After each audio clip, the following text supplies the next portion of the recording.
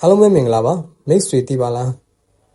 ဂုံမှာချမ်းသာသောလူတွေရောအခုဗီဒီယိုကြည့်နေတဲ့လူတိုင်းမှာရောကျွန်တော်မှာအချင်းကြီးတစ်ခုပဲရှိရတယ်အဲ့ဒါအချိန်မှာ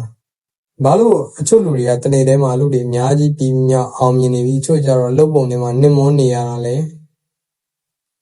ဒီနေ့ဗီဒီယိုမှာတော့မိတ်ဆွေတွေရဲ့တနေ့တာကိုနှစ်ဆပို့ထွက်လာမယ်အချိန်စီမံခန့်ခွဲမှု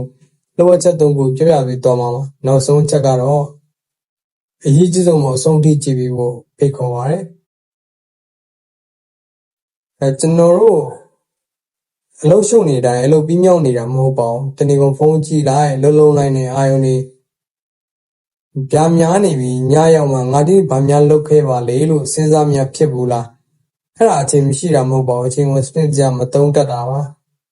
အခုပြောမယ့်နီလန်းတွေကိုလိုက်နာကြည့်မိတ်ဆွေရဲ့အလုပ်တွေထဝက်တတ်တာသွားပါလိမ့်မယ်နံပါတ်1 browser လို့ချက်ကတော့2မိနစ်စီးမြင်ပါအလုပ်တွေက2မိနစ်တက်ပုံမကြဘူးဆိုရင်အဲ့ဒီကို to-do list ထဲထည့်မနေပါနဲ့တော့ဟိုချက်ချင်းပဲလုပ်လိုက်ပါဥပမာ email ဆောင်ပြန်တာဖုန်း call ဆက်တာ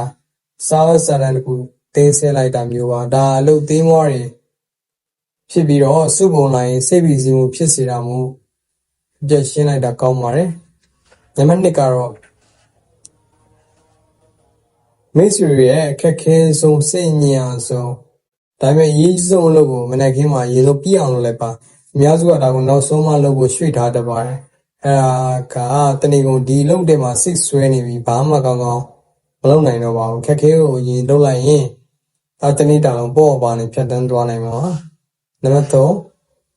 ဒါအရေးဆုံးလုပ်ချက်ပါကျွန်တော်လုပ်တဲ့အလုပ်တွေရဲ့20%ကပဲကျွန်တော်တို့ရလက်80%ပြီးတော့ဆိုလိုတာမိတ်ဆွေတို့မှာလုပ်နေတဲ့အလုပ်10ခုမှာတကယ်အကျိုးရှိတာ2ခုပဲရှိတာပါအဲ့ဒီခုကဘာလဲဆိုတာရှာဖွေပြီးအဲ့ဒီပုံမှာပဲပုံဟောပြီးတော့အချိန်ကိုပုံဟောပြီးလုပ်လိုက်ပါကျန်တဲ့ပိုင်းအကျိုးမရှိတဲ့80%တော့ short ချပါဒါမှမဟုတ်ချလို့ခိုင်းလိုက်ပါနေ့ချုပ်ပြောရရင်2မိနစ်တွင်ပြီးအောင်အခုလုပ်ပါ2မိနစ်တွင်ပြီးအောင်အခုလုပ်ပါနံပါတ်2ကအခက်အခဲဆုံးအလုပ်ကိုအရင်ဆုံးလုပ်ပါနံပါတ်3ကအရေးကြီးတဲ့20%ပဲအာရုံစိုက်ပါ